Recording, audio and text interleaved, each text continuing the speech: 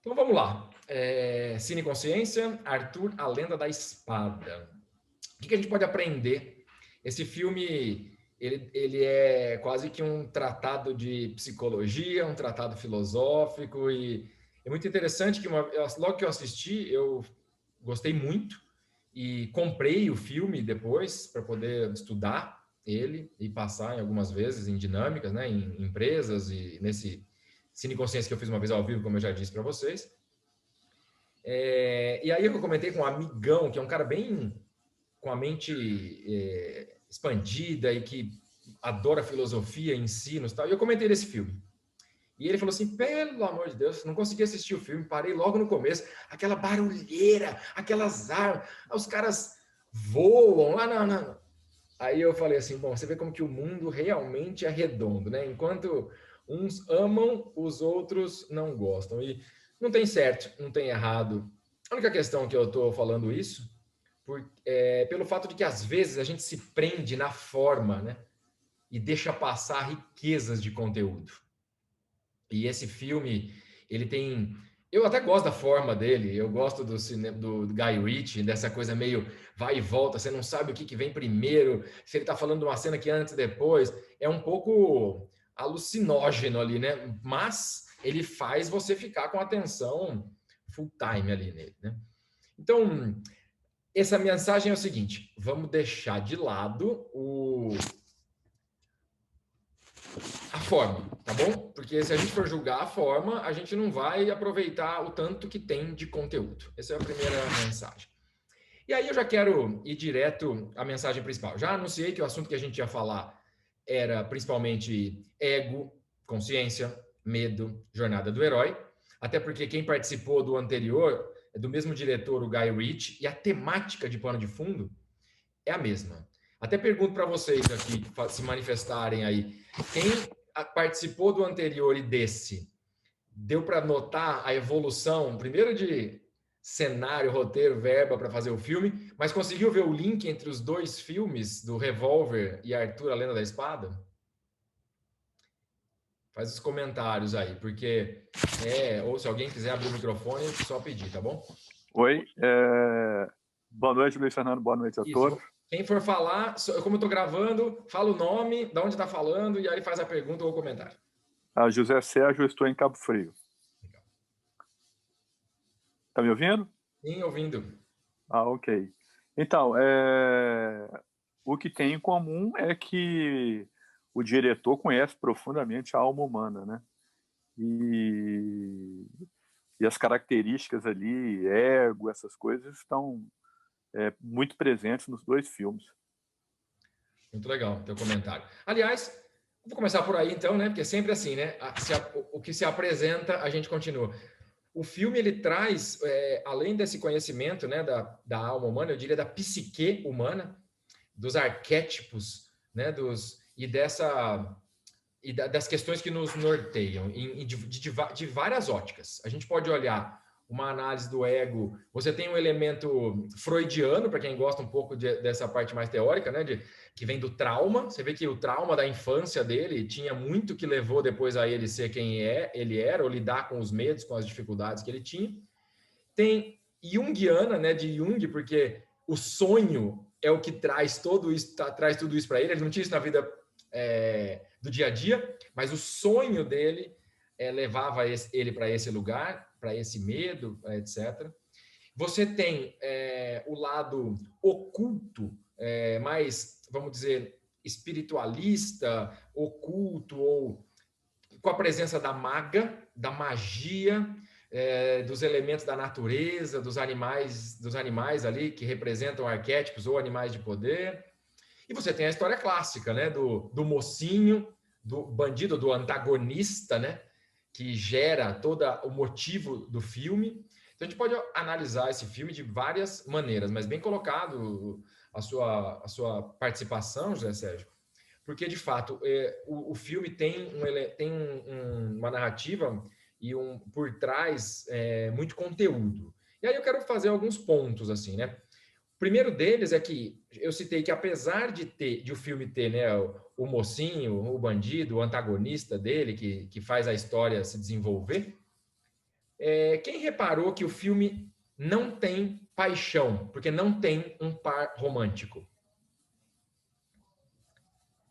Basicamente, a figura feminina que vem no filme, e não à toa foi colocado assim nesse filme, é a figura feminina da maga.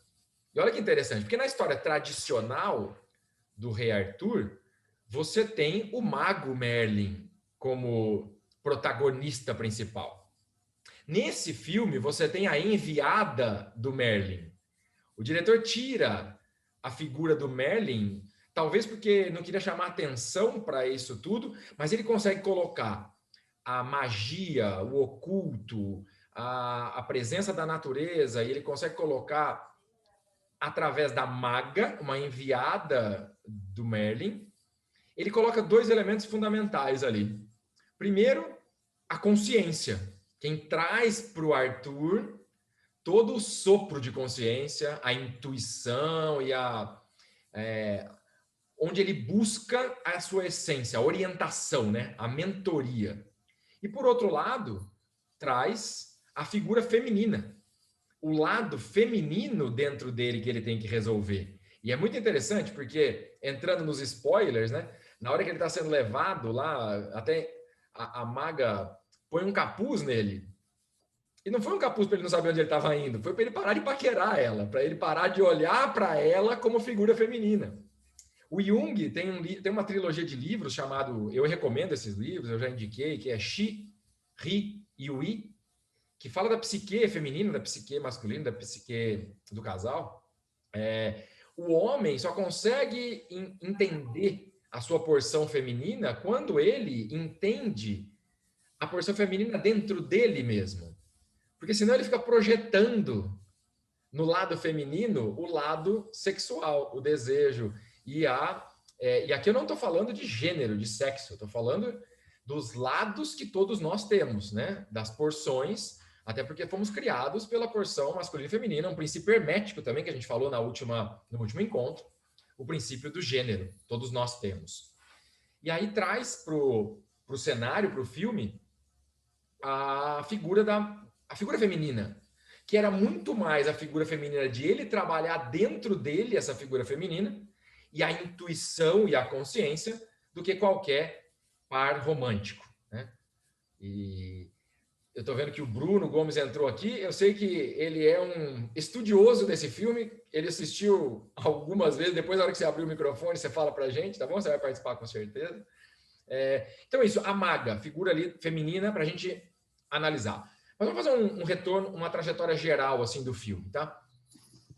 O menino que nasce príncipe para ser rei, que nasce com o seu destino determinado, porém, um antagonista vem, ele tira o trono. A história clássica, né? O tio tira o trono, aparece um antagonista e aí ele vai viver a sua vida. E ele foi viver a sua vida num prostíbulo. Tinha lá também um trabalho a ser feito com a figura feminina. Imagina naquela época você ser relegado a viver num prostíbulo, onde era a margem da sociedade, e mostra ao longo do filme, no final do filme especialmente, o tanto que ele respeitava e aprendeu com aquelas mulheres, né? Isso tem uma mensagem muito forte para mim também nesse filme, tá bom? Aí interessante que eu vou fazer vai e voltas, tá? Mas a história dele de menino, ele aprendeu a se virar. Ele viveu nas condições mais difíceis, mas ele já tinha dentro dele a liderança, já tinha dentro dele a vontade de aprender, a vontade de liderar, a vontade de se organizar. Tanto que quando ele é preso, né, descoberto lá pelo tio, o rei, ele tinha uma fortuna guardada. Tanto que o tio pergunta para ele, né, na prisão, o que ele teria se tornado se ele tivesse herdado o reino e todas as facilidades que o reino o traria? E aí a primeira reflexão, teria ele se tornado o rei Arthur? Ou talvez ele teria sido mais um rei dos milhares, centenas de milhares de reis que já passaram pela história da humanidade, mas a gente lembra de poucos. Se ele fosse um rei que tivesse herdado da maneira tradicional, ele era um rei. Mas ele, sendo o rei Arthur, ele traz para a gente todo o simbolismo que a sua história, a sua jornada, né, essas duas visões claras do tio. Primeiro, imaginando o quão poderoso o sobrinho seria, né? Quando, na verdade, talvez ele tivesse herdado tudo de mão beijada, nem teria se tornado quem se tornou, né? Como eu já disse, não teria entrado para a história, né? Ele teria visto de perto todas as dores. Ele não teria visto de perto, né? Todas as dores dos mais oprimidos, dos pobres, os sofrimentos. Certamente ele não teria aprendido a lutar como ele aprendeu, a se defender da vida. E os valores de moral e honra que ele teve, eles foram ampliados, porque nenhum tutor, nenhum rei poderia ter passado aquilo para ele. Nota-se ao desenrolar no final do filme que ele tinha valores que o pai dele tinha passado para ele. Alguns ele não lembrava. Foi se desvelando ao longo da sua jornada, né? Os sonhos, a recordação de quem ele realmente era. Mas as conquistas que ele teve ao longo da sua jornada foram próprias. Ele foi criando uma autoconfiança que é própria do indivíduo que trilhou a sua própria jornada e não que herdou. Ele tinha confiança no mérito, né? Olha que interessante. Naquele momento, então, que mostra o começo da vida dele, ele tinha uma vida bem agitada, atribulada, né? Ali na periferia, no subúrbio. Ele arruma confusão lá com os vikings. Você vê que ele já tinha posicionamento muito claro. Ele tinha liderança, ele tinha atitude, ele tinha os predicados, mas ele foi se tornando um rei. E aqui eu quero incluir uma frase do professor Stefano Dana, que para mim é uma pérola da filosofia mais profunda, que é: Become a king and a kingdom shall be given to you. Em português, torne-se um rei e um reinado lhe será concedido. O que vem antes? A coroa ou o estado de merecimento de ser um rei? Porque os reis que não estavam ou tinham o estado de merecimento de ser rei também entram para a história com péssimos exemplos, né? Com reis tiranos, fracos, loucos, incapazes. E aí, vamos lá na jornada dele de herói. Quando ele é preso, ele é levado, né, ao tio. Já narrei esse encontro dele com o tio. Mas lembrando que ele foi, antes disso, né, antes de encontrar com o tio, ele foi levado para verificar se ele conseguia erguer a espada, né, da pedra. E na lenda, na mitologia, na história, só alguém da linhagem poderia retirar. Eu quero fazer uma análise daquele momento, que o filme mostra isso de uma maneira poética, inclusive, quando ele está no navio, com todas aquelas pessoas sendo levadas para aquela rocha para ver se conseguia erguer a espada. O diretor põe aquele navio, todo mundo preto e branco, e ele colorido. Todo mundo com uma postura cabisbaixa, esperando, vendo o que ia acontecer, com medo. E ele está lá, em pé, senhor de si, tipo, vamos resolver esse negócio logo. Tanto que a hora que sai lá naquela multidão, ele vai, passa na frente de todo mundo, e a intenção dele era cair fora dali. A intenção dele era resolver. Ele não estava pensando em erguer a espada, né? Ele queria sair fora, ele queria continuar a jornada dele. Ele não estava preocupado com o clima, ele não estava com medo do que estava acontecendo, ele queria resolver. Então, essa postura que mostra no navio, eu acho bem interessante de analisar. Ele é o único de branco, né? Como a Paola lembrou aqui. Ele é o único que está ali, na sua essência. E por isso, confiante. Quando ele ergue a espada e tudo acontece em volta disso, né? Porque descobrem que tinha lá um herdeiro vivo, que era o que ele estava procurando. Olha que interessante, ele quando se reconecta com a essência, e aqui tem uma metáfora muito interessante, ele tem um primeiro choque, né? Literalmente, ele não consegue segurar a espada. E cai, e desmaia.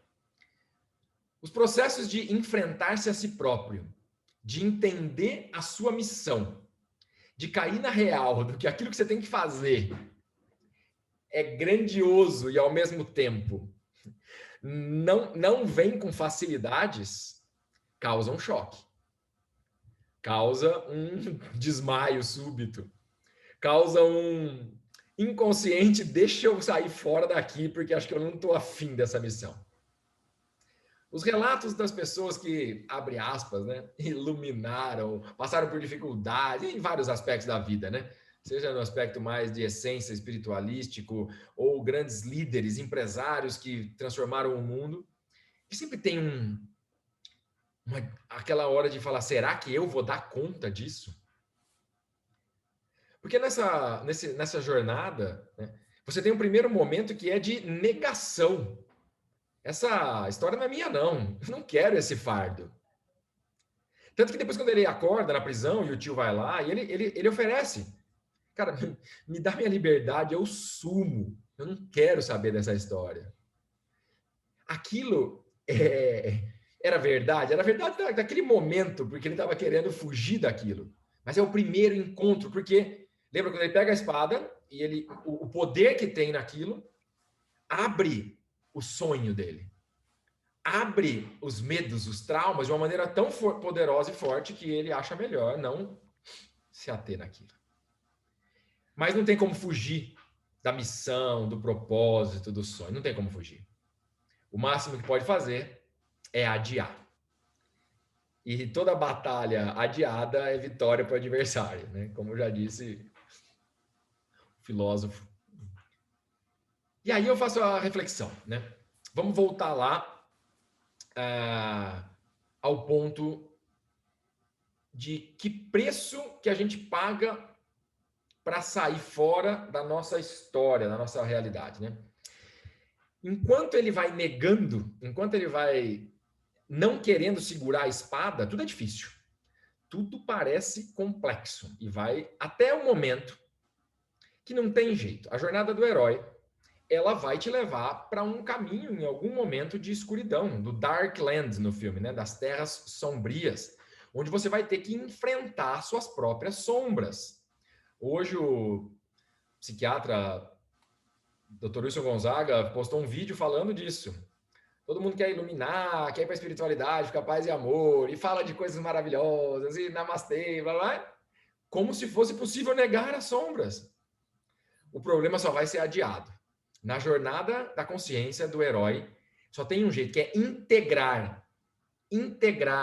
integrar-se a todos os lados, às sombras.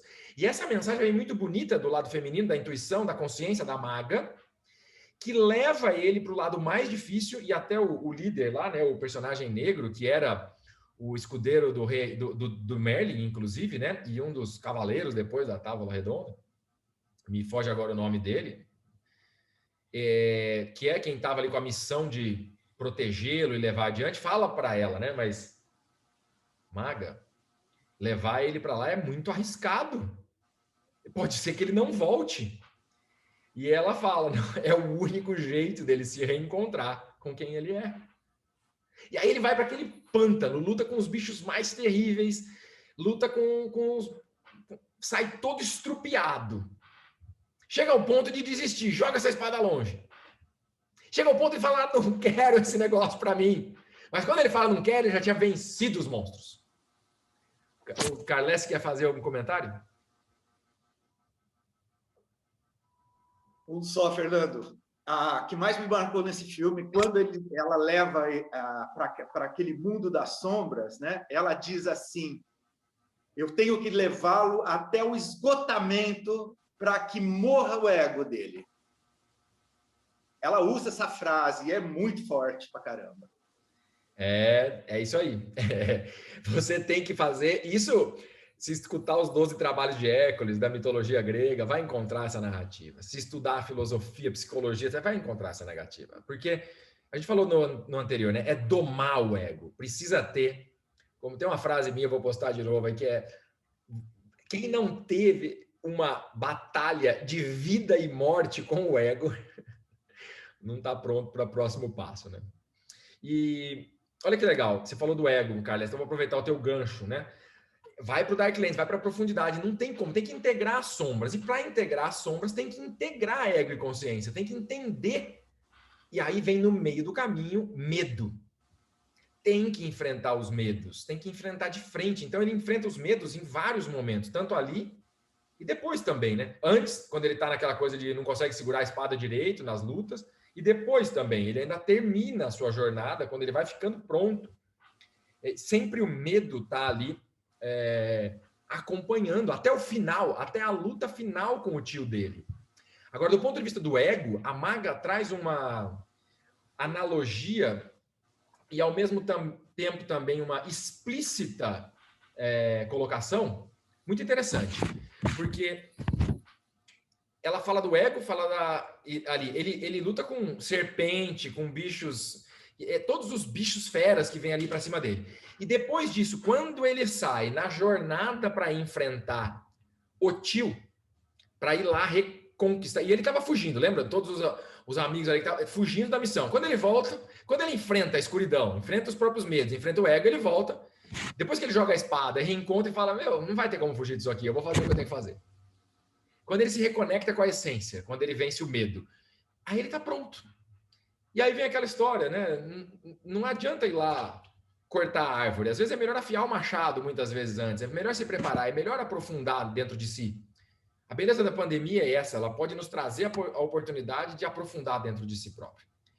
E aí a maga coloca ele na jornada, né, em cima do cavalo, e aí vem um pouquinho antes, ela vem e sai da manga dela uma cobra, uma serpente, que anda no braço dele e o pica. E ali tem alguns simbolismos, algumas metáforas. A serpente, como um ser, né, rastejante, como um representante do arquétipo do ego. Olha que interessante. Também tem outras mensagens subliminares ali, porque é vencer de novo. Assim, você está pronto? Você vai? Então acredita em mim aqui, ó. Eu vou te... E ele não luta contra aquela serpente. Aí tem uma outra metáfora, né? Que o poder ali dos animais, de comandar, a maga começa, olha com os olhos de uma águia e vai acompanhando ele no caminho. Naquela hora é o momento do filme que a imagem é meio tortuosa, a visão do Arthur é meio nublada, e ele está claramente sobre o efeito do veneno. Ele está sobre o efeito de um psicoativo. Ele está feito sobre uma substância de poder, sobre um psicodélico. Algo ali que vem da natureza e que, além do sonho, além dos ensinos, além da preparação, dá um final lampejo de abrir o olhar, abrir aquele terceiro olho para o Arthur, que ele vai naquela jornada, e aí tem várias questões ali. Primeiro, a mensagem de onde há veneno, há antídoto. E olha que interessante, no trajeto dele, antes de ele chegar no castelo, a maga guiando a águia ergue uma serpente, a mesma, e vai batendo asas com essa serpente presa na garra e leva lá para cima no castelo, onde ele vai encontrar e enfrentar o seu antagonista, vai enfrentar o tio, o rei de plantão, que matou o pai dele. Essa metáfora da águia, um animal que representa a consciência, que representa o olhar de cima da situação, a posição do observador e não do rastejador, que é a serpente no chão, que representa não o ego, mas a sabedoria, né? Os magos têm corujas, os sábios têm pássaros, né? Que representam esse olhar de cima do voo. E é simbólico e literal. A águia leva a serpente para cima, ou seja, a consciência eleva o ego.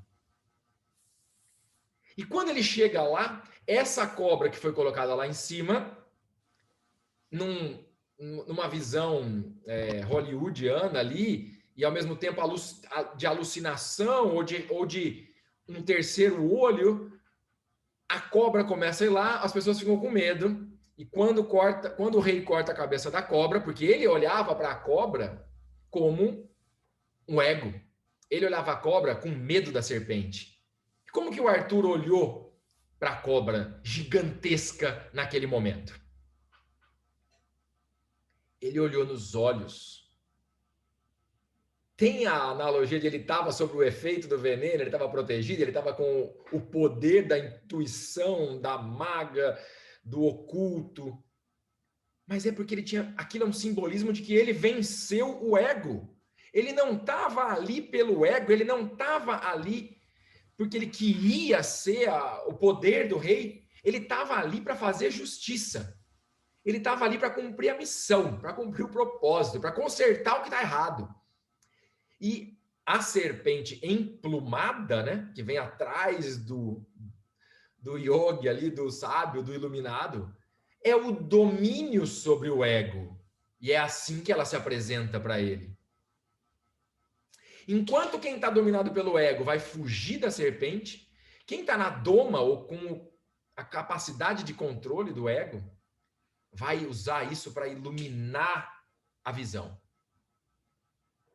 E aí, no desenrolar do filme,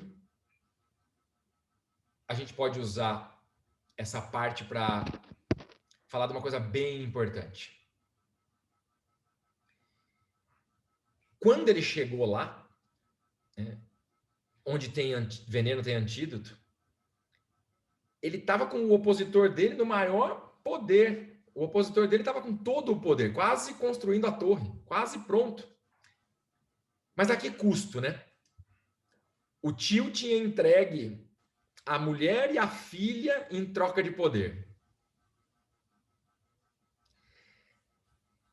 Estava fazendo tudo em função da vaidade, do ego, do poder. A que preço? Como que eles chegaram os dois na batalha final? Qual a intenção? Um vencendo a si próprio, vencendo o ego, as dificuldades da vida, sendo a própria missão se transformando. E aí uma fala que é maravilhosa nesse filme, que é a fala final, quando ele vê a mensagem final do sonho dele, que ele recorda-se da mensagem que o pai dele falou para ele. E que a maga faz ele lembrar, e que, indo para o Darklands, que é: a diferença entre um homem e um rei é que o rei não desvia o olhar. Para desviar o olhar da cobra, do ego, do opositor, do medo, basta estar vivo, né? É o mais fácil. É a jornada dos mortais e não dos heróis. É de quem é mais fácil morrer do que virar herói. Enfrentar os problemas de frente é não desviar o olhar. E não desviar o olhar, como é mostrado no filme, também tem uma questão de caráter, de seguir o caminho reto, dos valores, desse caminho da integridade, na minha ótica. Porque é não desviar o foco, não desviar o retorno para a unidade. E aí, quando ele chega na batalha final com o tio, o mais maravilhoso é, assim, um comentário do tio é que o medo traz uma sensação intoxicante. O tio, quando está próximo de ganhar dele, né, quase matando ele, fala isso para ele, né? Mostra ali, né, o medo, uma doença contagiosa. Mas aí, o tio pergunta para ele, né? Quando ele vence, está próximo a vencer o tio, e quando ele está ali, prestes a matar o tio pergunta para ele: o que lhe deu a motivação para se tornar o que se tornou? Lembra aquela pergunta lá na prisão? E a cena final, ele enfrentando o medo, a escuridão, as forças, né, do mal, do negativo, chame como quiser. O tio ali, encarnado naquela posição, ele dá significado àquele demônio que estava no tio, entendendo que foi aquele demônio, foi o tio, foi o ato cruel, egóico, malvado, só pelo poder, de matar o pai dele na frente dele, de tirar a condição dele ser rei. Foi aquele demônio, aquele antagonista que colocou ele para crescer num bordel, crescer na rua, aprender a se defender, a lutar. Foi ele, aquele inimigo, que propiciou ele se tornar o que era supostamente necessário acontecer de alguma forma para que ele chegasse a ser rei numa jornada de herói e se transformar no Arthur. E aí o que ele faz, que é maravilhoso no desenrolar no filme, como fechamento dessa história, ele agradece ao tio. Ele agradece ao tio e fala: foi você me possibilitou me tornar quem eu sou. Muito obrigado. E mata o tio.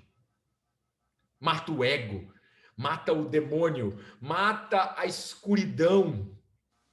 E aí, se a história do Rei Arthur existiu ou não existiu de fato, é uma lenda, o que não importa, porque o que ela traz é essa metáfora maravilhosa de que tem que vencer a si próprio, vencer o ego, tem que agradecer os antagonistas, como o professor Stefano Dano nos ensinou com a belíssima frase: o antagonista é, na verdade, seu maior aliado. São os antagonistas que dão os degraus para o seu crescimento. E só se torna um herói se eu vou lá e escrevo a minha história, não tem outro jeito. E fechando, né? Uma última compreensão que eu lembrei de falar também quando você está na sua missão, no seu propósito, e fazendo isso por amor, fazendo isso sem vaidade, sem um objetivo além de que é cuidar do próximo, do todo, fazer justiça, enfim, não ter uma coroa. As pessoas lutam por você, em seu nome. E isso acontece. O tio não consegue se conter quando as pessoas começam a lutar por ele. Não era mais a história do Rei Arthur e o Rei Arthur lutando pelo trono. Era todo mundo lutando pelo rei legítimo. Todo mundo lutando pelo Arthur que se importava e que veio também das classes menos favorecidas. Então, meus senhores, essas reflexões sobre a jornada do herói abrem a nossa conversa, abrem o nosso debate e levam para uma reflexão muito grande do que nós estamos fazendo na nossa vida. Quais são os antagonistas que nós não estamos agradecendo e por isso não crescemos? Quais são as dificuldades que a gente não aproveita para aprender alguma maestria nova? Que o universo, o cosmos, o eu superior, a sua consciência, seu anjo da guarda, Deus, não importa, está sendo colocado na sua frente para que você possa aprender aquela arte, aquela técnica, aquele instrumento, aquele conhecimento. Como, meu filho, você vai precisar disso daqui a pouco, aprende aí. E a gente, ao invés de aprender, reclama, desdenha, não presta atenção na lição, porque a gente aprendeu assim na escola. Quais as condições da nossa vida que são todas, né? Respondendo antes da pergunta, essenciais para a nossa própria jornada de herói. Como é que a gente está olhando para a nossa vida? Nós estamos guardando as moedas, aprendendo com as lições, se preparando para nem sei ainda o quê? Ou estou vendo a vida passar? Assistindo o Faustão, o Fantástico, esperando a segunda começar. Então, eu quero abrir o microfone, mas tem coisas... Dá para a gente ficar dias aqui falando. Mas como eu prometi, tem que ser um bate-papo. Então eu quero ouvir dos senhores comentários, visões diferentes, para que seja uma troca, perguntas, para que a gente possa aprofundar um pouco mais. E lá se foram aqui quase 40 minutos de aprofundamento sobre ego, medo, jornada do herói e a consciência. Quem é o primeiro a levantar o dedo depois do Bruno? É muito legal. Eu assisti 9 vezes esse filme. Sou um grande fã. Já te ouvi falando sobre ele. Inclusive, antes da minha primeira vez, você me deu um belo spoiler já sobre o que observaram no filme. E, cara, quando o vilão do filme vai para Vortigern, ele vai lá para aquele calabouço onde ele joga a mãe, joga a esposa e joga a filha, e o Rei Arthur começa a se aproximar, ele vai lá tirar uma satisfação com aquelas entidades e perguntando por que o Rei Arthur tá crescendo, né? A história do Rei Arthur está crescendo, e elas respondem ele com uma frase que me marcou muito, que é: o equilíbrio é uma lei do universo que não pode ser transgredida. Quanto mais ele cresce, mais o Rei Arthur se aproxima dele. E isso fica presente em muitos momentos do filme. Uma outra coisa que eu gosto muito, que também me marcou bastante, é o simbolismo dele desmaiar e dele atingir os maiores poderes dele somente no momento em que ele coloca as duas mãos na espada, que ele une o lado direito e o lado esquerdo dele em um elemento só. Quando ele faz isso a primeira vez, que ele sente ali um lampejo da maior potência dele, ele desmaia. Na segunda, ele desmaia de novo, ele desmaia algumas vezes até ele conseguir poder sustentar a maior potência dele. E é muito curioso também o quanto, como o Lucas falou, o quanto ele tenta fugir dessa maior potência e o quanto a maga faz esse papel de mentora dele, com uma intuição levando ele de volta para o caminho dele. E aí um fato que o Lucas trouxe que é legal, que ele agradece ao Vortigern no final, mas o Vortigern, quando captura ele pela primeira vez e vai cortar a cabeça dele ali na frente do castelo, que ele é salvo pela primeira vez, naquele momento o Vortigern também o agradece. Fala assim, hoje eu vou ficar muito maior do que eu era pelo tamanho que você já está se tornando, e por isso eu te honro e te agradeço. Então os dois se agradecem e se reconhecem, porque eles percebem que um dá sustentação e apoio para o outro. A diferença é que a intenção de um era benéfica, né? Com certeza. Benevolente. Com certeza. E a intenção do outro era usar o poder do outro, né? E aí mostra o resultado no final das contas. Né? Sim. Maravilhosas suas colocações. Sim. E por último, você falou, eu esqueci que ia dizer, passa para o próximo aí, depois eu...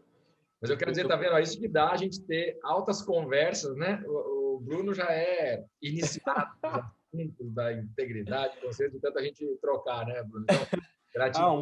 O que eu ia falar que é um ponto legal, que você trouxe da forma dele estar lutando aliado e afinado com o propósito dele, como ele conseguia angariar e reunir pessoas em volta dele, eu vejo também essa parte do filme como ele encorajando as pessoas a lutarem por um reino justo, porque o Vortigern fazia o papel de um rei mau, um rei injusto, um rei desleal.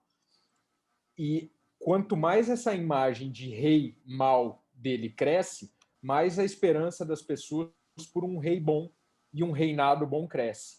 E ele só aceita a missão dele de verdade quando ele vê numa ilusão, num sonho dele, o reino caindo porque ele não assumiu o papel dele como líder daquela revolução. Ele tem essa visão quando a maga do lago, que se eu não me engano é a mãe daquela maga do filme, dentro da história maior lá do Merlin, do Rei Arthur, ela pega na mão dele e fala assim, se você não cumprir sua missão, esse reino todo está fadado à morte, à tragédia e tudo mais. E aí ele, aceitando a missão dele, ele encoraja todo mundo dentro do seu papel a lutar por um mundo mais justo, por um reinado mais justo, por relações mais justas. Era isso aí que estava escapando da memória. Muitas colocações, Bruno, grato. É legal de ver assim que você trouxe do equilíbrio, né? Essa lei universal do equilíbrio. Legal de ver, assim, tem uma frase do filósofo que é: o universo abomina o vácuo, né? Quando está faltando alguma coisa preenche. O preço que os homens de bem pagam por não se envolver em política é ser governado pelos mal intencionados, né? E às vezes não é a atitude de alguns pelo seu objetivo, mas é o que está causando ao coletivo pela minha ausência. E essa reflexão aí deixa de ser apenas uma evolução de jornada do herói para ser uma evolução coletiva. Então, a partir de uma ótica do universo, esse vácuo e esse equilíbrio vai ser natural, né? E aí, olha o que está acontecendo na nossa sociedade, né? Quando não tem equilíbrio, quanto mais... E aí você colocou uma coisa que me fez refletir sobre isso. Quando não está equilibrado, alguém vai crescendo os extremos para ficar evidente. Ao mesmo passo que crescia a torre daquele controle, né? Crescia a necessidade dele ir para o fundo, vender a alma lá. E aquela simbologia daquele calabouço, do sótão, não, do subsolo ali, né? Sim. É uma energia né, que está embaixo, que está no alto, e vai ficando cada vez mais evidente, até ser necessária uma transformação, até ser necessária uma atitude. Então, muito, muito belas as suas palavras, de trazer essas lembranças. Gratidão pela sua participação. Tá vendo? 9 vezes já foi suficiente para... Completando que a visão que eu percebo do papel que ele faz dentro dessa revolução... Falhou ali. Quando perguntam para o Mandela qual era o papel dele dentro do que tinha acontecido com a queda do apartheid. Que ele tinha ficado 27 anos na prisão se preparando para assumir um papel dentro de uma revolução inteira, que ele não era responsável por nada. E eu vejo muito ele passando os 27 anos dele ali nas Darklands e vivendo toda essa jornada aí de herói para poder fazer parte de um grande movimento e dar coragem para as pessoas por um país mais justo, por leis mais humanas, relações mais horizontais. Então... Olha que legal. A Paola faz um comentário aqui no chat, de olhar para isso também, encarando esse reinado fadado ao fracasso, né? Quando vai crescendo as injustiças, o mal, as coisas em desordem, né? Não está em harmonia. Ela fala: o reinado fadado ao fracasso, se não assumir o nosso papel de protagonista em nossa própria vida, né? No nosso próprio reinado. Independente do todo, cabe para nós. O que vai ser da nossa vida se a gente não assumir e, como você bem disse, segurar a espada com as duas mãos, que é o simbolismo de união do masculino e feminino, do direito e esquerda, do razão e emoção, do certo e errado, da luz e da sombra. É trazer para o centro todo o poder que vem de dentro. A lâmina foi forjada pelo Marlin, tem poder, é a espada, ela estava presa numa pedra, que era, nessa versão, o próprio pai. Porém, o que dá o poder para ela, como você bem trouxe, segurar com as próprias mãos, o poder vem de dentro, vem de se resolver, vem de assumir o protagonismo, vem de sair do medo, vem de vencer os próprios limites.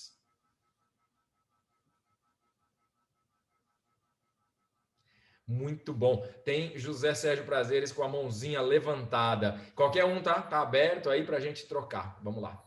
Bom, eu gostaria de reforçar aí a colocação do Bruno com relação do equilíbrio, né, bem e mal, que aparece na saga da Guerra das Estrelas, né? E na hora que eu vi aquele comentário, né, no filme, me lembrei de uma cena que tem no Evangelho segundo Jesus Cristo do Saramago, quando Jesus está dentro de um barco para falar com o Pai e vem alguém nadando e sobe no barco. E Jesus pergunta ao Pai: mas o que ele está fazendo aqui? E era o demônio, né? Aí o Pai responde: nós estamos aqui para tratar da expansão do nosso reino, e o que interessa a você interessa a ele também. Né? Então, assim, essa metáfora ela já aparece em outros locais e é muito interessante, né? Outro ponto que me chamou a atenção no final do filme foi a tábua redonda incompleta e o rei Arthur, né, elegendo os seus companheiros, né, como coliderados ali por ele, né? Ele era o rei, né, mas eles iam liderar juntos, né, através da reunião em torno da tábua redonda. E quando os vikings chegam também, é melhor ter amigos do que ter inimigos, né? Então, assim, é muito interessante esse aspecto, né? Muito bom. Você me fez lembrar, desculpa te interromper, mas você me fez lembrar naquela chegada dos vikings, um outro ensino também do Stefano Dana, José Sérgio, que no deserto, quando dois homens se encontram, um liderará e o outro seguirá. Os vikings, quando chegam ali, respeitam o poder do Arthur. E o poder do Arthur vinha da posição dele de autoconfiança, de apoio da sua população. Ele não ameaçou com o exército, não ameaçou com nada, ele só olhou nos olhos e falou. Aquilo mudou a postura na hora, né, dos vikings. Então, mas a integridade dele, até aquilo que você falou ali, eu também tinha observado, porque a maga vira para ele. Nem eu tenho o poder de desviar, de não desviar o olhar. E o que diferencia um rei de um homem comum é a capacidade de não desviar o olhar. Ele ali já tinha uma integridade tal, né, que perante ele as pessoas têm um certo temor, né? Você vê que os vikings o temiam de alguma forma. Respeitaram, ponto final. Respeitavam, e ponto. E me faz lembrar também, grato pela tua colocação, muito boa, muito boa. Grato me faz lembrar uma colocação, um ponto que a gente não falou, que ele, né, quando chega nesse grau de integridade, e aí ele tá inteiro, ele vira o rei Arthur, né? Ele ganha o reinado, porque ele se tornou um rei, e aí, se ele não tem dúvida, ele integra os dois lados, ele integra as suas sombras, ele domina o seu ego e eleva-se pela consciência. E ele está lá, na liderança, fazendo a sua jornada de herói, transforma a história da humanidade. Mas é legal de lembrar que no começo do filme, que no desenrolar dos sonhos dele, do medo, do momento da morte do pai, a cena inicial do filme é o pai lidando numa batalha de guerra. Então, tem vários momentos que mostra a linhagem dele, né? O pai, que ele não tinha medo na atitude. Então, logo no começo do filme, né? Ele deixa o anel e a coroa com o irmão e fala, tá aqui, eu vou. Ele vai lá, ele se joga. E ele vence. Quem o matou foi o irmão. Foi o inimigo da guerra. E a postura dele depois, né, de jogar para cima a espada, falar para o filho. Então, você nota essa atitude, a firmeza do pai do Arthur como um exemplo para ele, né? Como um mentor ali que dá o caminho. Ele projeta o filho, né? Exato. E que propicia essa integridade ser conquistada depois, né? Você não tinha terminado, né, José Sérgio? Pai? Manda ver. Não, terminei, é isso aí. É que você tá com a mãozinha erguida ainda, então... Não, deixa eu tirar. Eduardo Carlesse, fala aí de onde você está. Tá no mudo ainda. Você está no mudo, nós não estamos te ouvindo. Calma aí, vamos lá, vamos desmutar você. Abrir. Agora sim, fala para a gente Pronto. ouvir. Onde você está, se apresenta. Como é que tá? Estou em Catanduva e o filme foi incrível, do meu ponto de vista. Principalmente naquela colocação que fiz para você antes, o que mais me marcou o filme todo. A busca desse herói, a encontro desse herói, foi uma luta bárbara, do começo ao final do filme. Na verdade, esse herói só se fez e só se faz, né, quando houver a integridade, integração, né, do ser humano, tirando as dicotomias dele. Ou seja, a sombra e a luz, elas funcionam juntas, fazendo o domínio desse ego, né? O ego, na verdade, ele é fantástico para a gente. Nós temos o ego para que a gente possa se individualizar, né? A individualização depende muito dessa luta de pensamento, de consciência.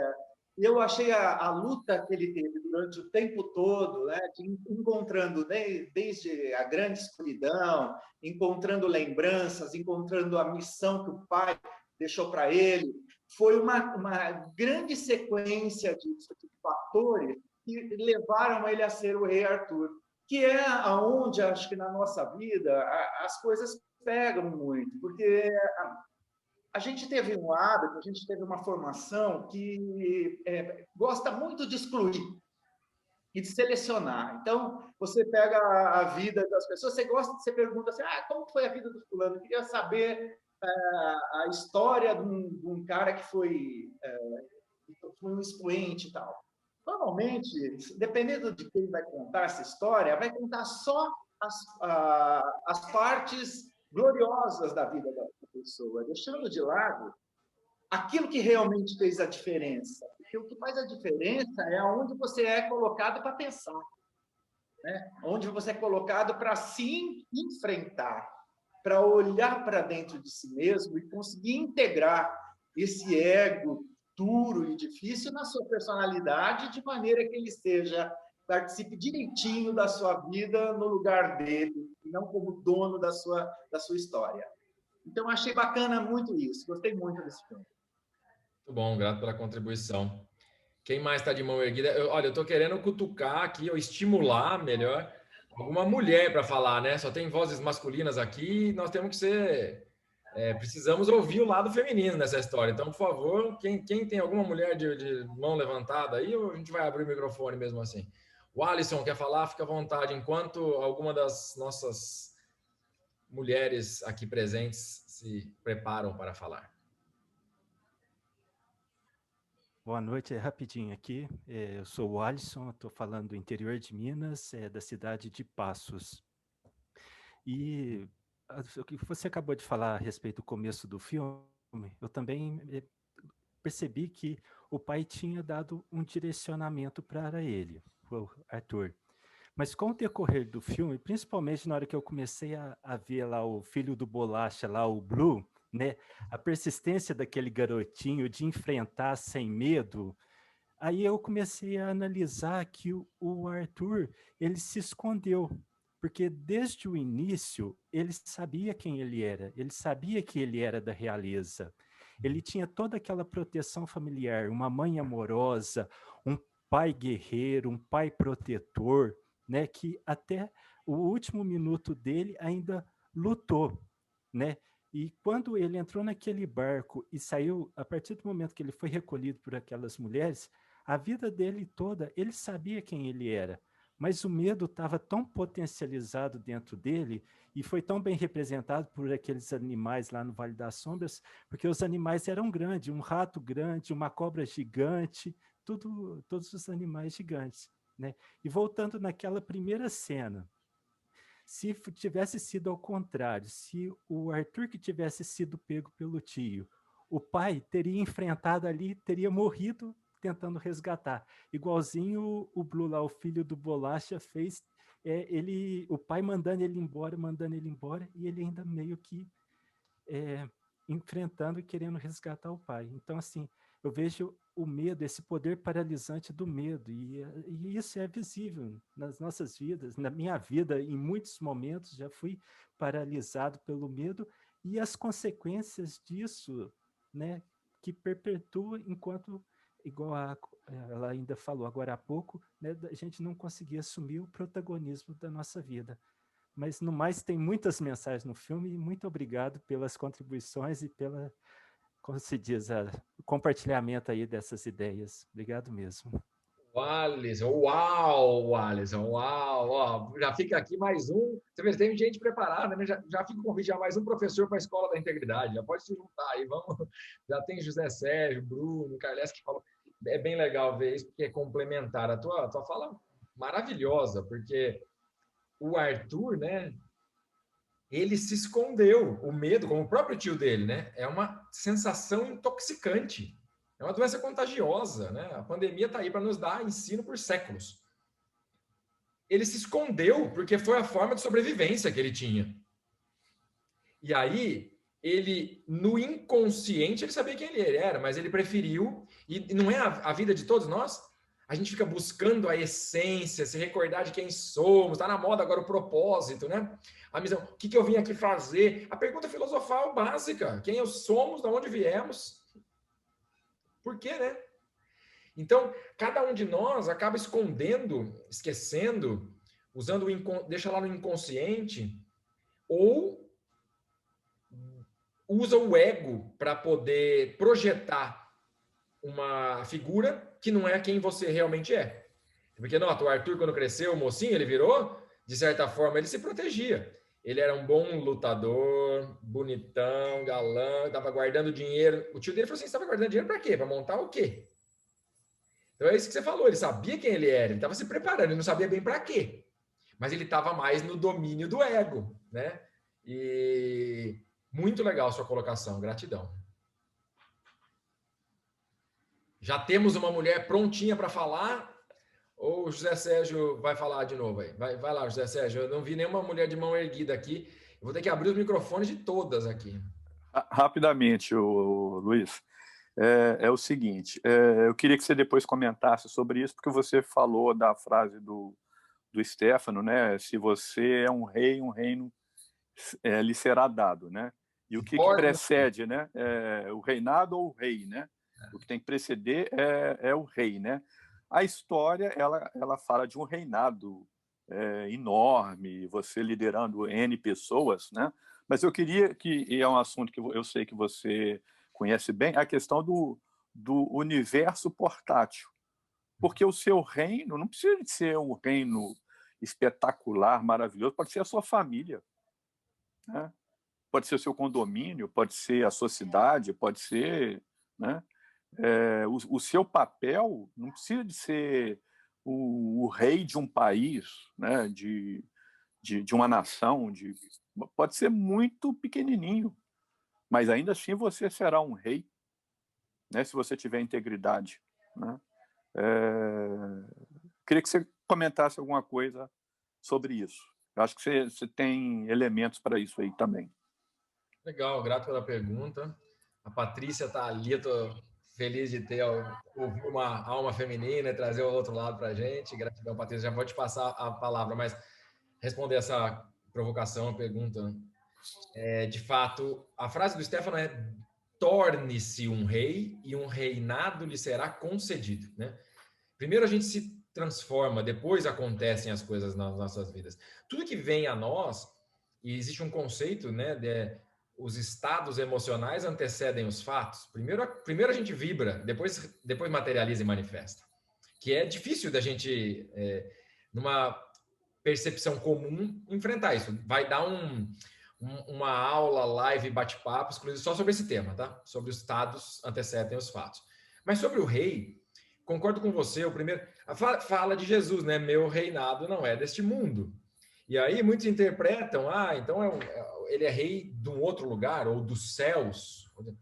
Mas se Jesus falava que a gente era irmãos, ele nos colocava na mesma hierarquia, né? Então, que reinado é esse que não é deste mundo?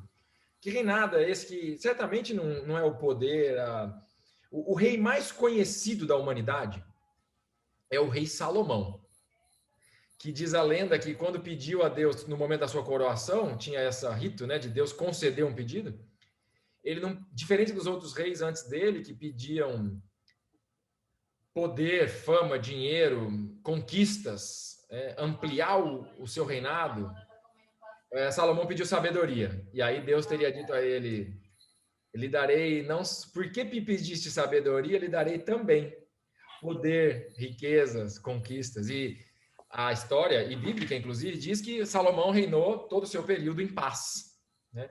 Que reinado é esse que cada um de nós pode ser o próprio rei, no mínimo do seu próprio destino, e olhar para a sua volta como seu reinado, né? O que tem que... Quais são os valores a guarnecer? Quais são as questões que não são negociáveis, como a gente viu em algumas no filme? Quais são as necessidades de enfrentar os medos e empunhar a espada, não literal, com as duas mãos? Qual é o momento de largar o ego e assumir a consciência, a missão, a jornada? Então, e o rei, essa palavra, ela tem uma importância porque a origem dela é o que é real. A metáfora de ser um rei é sair da ilusão. Rei é aquilo que traz o real, a realeza, a realidade. Um grande mestre, um mestre espiritualista iletrado, perguntaram a ele, como que eu faço para diferenciar a ilusão da realidade? Mestre Gabriel. E ele respondeu assim, de dentro do meu castelo, abro as janelas e abro os olhos e vejo o castelo da ilusão. No castelo da realidade, abro os olhos e vejo o castelo da ilusão. E de dentro do castelo da ilusão, abro as janelas, os olhos, e não vejo o castelo da realidade. O reinado pode ser o nosso próprio corpo, a nossa própria percepção, a nossa família, né? O nosso nome. E é interessante, uma coisa que eu tive uma intuição, e depois eu pesquisei, eu tive um download, assim, porque o simbolismo da coroa do rei. A coroa do rei é feita de ouro para conexão do astral superior, né? Do divino com o humano. O rei, na história, ele é designado por sangue, porque ele não, para nascer filho de rei, ele tem que ter sido escolhido por Deus, né? Então, quando se coroa um rei, o simbolismo é a conexão com o divino. E olha como que as coroas são feitas de ouro, material nobre, com pedras preciosas, cristais, para abrir a recepção. É uma antena a coroa, para abrir para o divino e para abrir para a intuição através dos cristais. E vejam, ela é aberta, ela abre a coroa, que é o nome que a gente dá para a peça do nosso cérebro. E ela está aberta para que na nossa pineal a gente receba o que há do divino. Então, o simbolismo da coroação cabe a cada um de nós se permitir ser coroado e poder ter a nobreza do ouro nos conectando através dos cristais com a sabedoria divina. E poder, assim, exercer a realidade no exercício do reinado da nossa própria vida. E se o rei é um rei bom, a terra frutifica, porque ele é a seiva da terra. Se o rei é um rei mau, a terra é devastada. Isso fica claro no Excalibur, no filme Excalibur. Não sei se você já assistiu. Acredito que sim, né? Que é a mesma espada do rei Arthur. Que é a mesma espada do rei Arthur. Muito bom. E olha, estou até um pouquinho emocionado assim, com essa fala, porque ela veio agora, tá? Sobre a coroa e tudo mais, alguns ensinos que eu recebo. Não, muito legal. Show de bola. Vamos ouvir a Patrícia, que está lá. Uma mulher para compartilhar, porque senão ficou só vozes masculinas e os seus femininos internos. Mas bem-vinda, Patrícia. Boa noite a todos. Eu sou a Patrícia, sou aqui de Brasília e queria dizer que eu adorei essa proposta. Eu conheci através do Marcelo, meu marido, achei muito bacana. E como a gente termina vendo os vídeos juntos, eu falei, uai, quero participar disso aí também. E eu adorei o filme. Uma das primeiras coisas que eu percebi e que me impressionou positivamente, e aí, a hora que você jogou o desafio, se nenhuma mulher ia falar, eu tinha que falar, é que a mulher, no filme, ela não aparece, como na maior parte das histórias medievais, num papel apenas romântico, submisso, enfim. Na verdade, quando a gente analisa a lenda do rei Arthur e toda essa parte, as mulheres elas têm muita força, muito poder, né? E ela aparecer como maga, né? E com esse poder todo de guiar o Arthur, eu achei muito bacana. Eu acho que a gente precisa dessa temática e eu acho que essa temática merece ser discutida várias vezes, em vários momentos.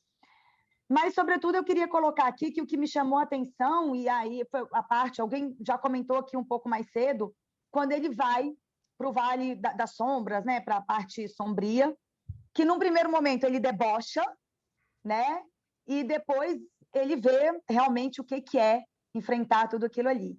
Isso me veio, não só eu sou psicóloga, então isso não me veio só toda essa questão de luz e sombra e dos arquétipos de Jung, mas me veio também como nós mesmos enfrentamos o que tem uma teoria que eu estudei faz pouco tempo, chama de abismo da autorregulação. Então, às vezes, a gente está no propósito, a gente está seguindo, a gente está na nossa jornada, está firme, mas na hora do vamos ver, na hora que exige foco, que exige disciplina, que tem que fazer o que tem que ser feito, a gente se perde nesse abismo. É um... Debocha, né? Exatamente. A gente fala, não, ok, depois eu faço, tá fácil de passar por isso, é tranquilo. Mas aí quando você está lá embaixo, né, lá na parte de baixo do U, às vezes você desiste e você não tem a força e o foco e a disciplina para continuar subindo. E aí o que eu acho que falta, e que foi o que não faltou para ele, foi visão de futuro. Né? A hora que ele olhou o passado dele, que ele reconheceu a história dele, que ele teve toda aquela visão de como o pai foi morto, e que ele entendeu qual era essa missão dele, ele conseguiu visualizar um futuro. E aí, a partir daí, o filme deixa subentendido, vem toda aquela coisa do rei Arthur, um rei justo, a tábua redonda, enfim. Ele seguindo o caminho e cumprindo a missão que ele veio para cumprir. Então, isso foi o que mais me pegou no filme, assim. Maravilhosa, Patrícia, obrigado. Pode vir sempre. O Marcelo não precisa tanto, mas você tem que vir, tá? Marcelo está convidado, você está convocado a partir de agora, tá bom? Convidado. Na próxima vez ele bota os meninos para dormir e eu fico aqui. Muito bom, Marcelo trabalha com compliance, advogado, né, Marcelo Almeida? Obrigado. Olha, Patrícia, bem legal a sua colocação. Quero fazer um comentário dos dois pontos. O primeiro é que tem uma mensagem do conceito de integridade aí também, né?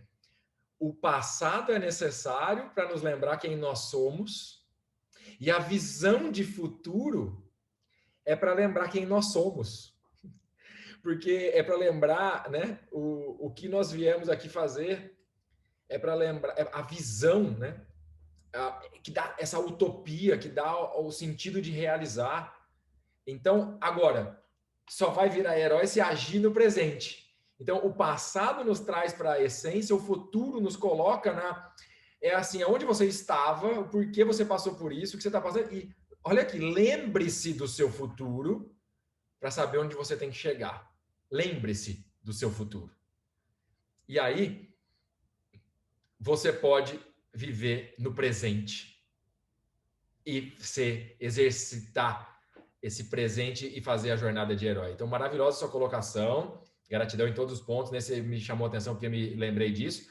E nós falamos no começo sobre a maga, né, que traz a intuição, a consciência, a figura da mulher interior, do feminino, do arquétipo lá, do Jung, de consertar, de integrar dentro a mulher, para poder, de fato... Não dá para ser um herói sem ter a mulher trabalhado a sua porção masculina e o homem ter trabalhado a sua porção feminina, né? Essa sagrada união. Não adianta ser uma mulher resolvida, só vai ser resolvida se ela tiver compreensão do lado masculino dela e vice-versa, né?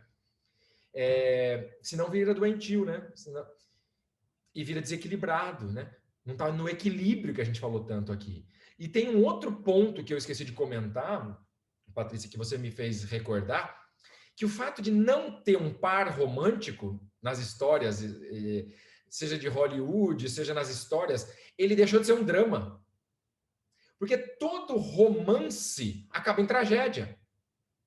Tragédia. Eu escrevi isso no meu livro, e eu lembro que a editora, uma das editoras, mandou nas revisões para mim assim, não pode falar isso. Eu falei, eu posso sim, ó, tá aqui, ó. Vou te dar a fundamentação teórica para você não me deixar falar isso. Cara, se virou romance, tem drama ou tem tragédia. Toda ópera é assim, a história de Romeu e Julieta é o que mais. Então, eu não estou falando de amor, estou falando de romance.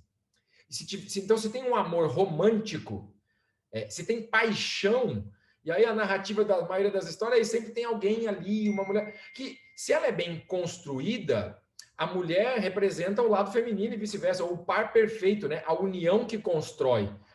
Mas para falar da jornada do herói, eu achei magnífica a escolha do diretor de colocar a mulher oculta na porção feminina, na intuição, na consciência. E para que ele pudesse exercitar e exercer o seu papel de rei, de se tornar quem ele tinha que ser, e do herói, ele tinha que estar inteiro, na integridade, na unidade de si próprio, sem precisar de um par romântico, para não ter dor. Não tem a quem proteger a não ser si próprio. Não tem a quem se perder e não ter dor pela morte de ninguém. Eu acho que é isso mesmo, e traz essa figura da maga como guia, né? Como intuição, como a voz dele, isso eu acho muito, muito bacana de reforçar, né? E aí, claro, né, fica aqui a dica que nós, mulheres, né, empoderadas, estamos sempre aí com esse nosso feminino mais aflorado nessa intuição. Então, a gente normalmente está certa, né? Hashtag fica a dica. É isso aí. Aceito por mim que sou homem, a minha mulher tem esse papel na minha vida e ter a busca de curar o meu feminino e de integrar o meu feminino me fez ser um homem melhor, porque me fez ser um ser humano mais completo. E a minha mulher pode dizer o quanto que eu melhorei depois que eu comecei a compreender isso e deixar de projetar nela, né, algo. Então, maravilhoso. Bruno fez um comentário por escrito aí no chat, bem legal. Passado num lado, futuro no outro, e no centro a espada, né? Representando ali a linha do presente. Muito bom. Senhores, 9h15, nós já estamos com 1h15, acho que cumprida a nossa missão de hoje. Eu quero ver quem mais tem algum comentário final para a gente encerrar, alguma última pergunta, ou para que a gente possa fazer um fechamento, um wrap-up desse nosso papo gostoso. Eu vou começar a fazer pipoca para comer durante, tá? Para que a gente faça uma sessão de cinema por completa. Vou estimular que todo mundo faça e a gente pode fazer uns brindes de pipoca nos próximos. Faço o pedido aqui para que vocês... Esse ficou gravado, esse eu não esqueci de começar a gravar, então eu vou avaliar aí o quanto que dá para compartilhar, se restrito ou não. Mas fazer aí o pedido para que vocês compartilhem com os amigos que estão gostando dessa experiência, para que a gente possa ter outras vozes, outros Wallisons, outros Brunos, outras Patrícias, outros Marcelos, outros Esséios, e quem não se manifestou também, super bem-vindo. O silêncio de vocês também, tá? Mas estimulado que na próxima façam perguntas e compartilhar com os amigos e com os vizinhos que possam se beneficiar desse bate-papo profundo, filosófico, de consciência e nessa busca da integridade. Quem tem algum comentário ou uma pergunta final para a gente poder, então, ir caminhando para o fim do nosso Cine Consciência de hoje.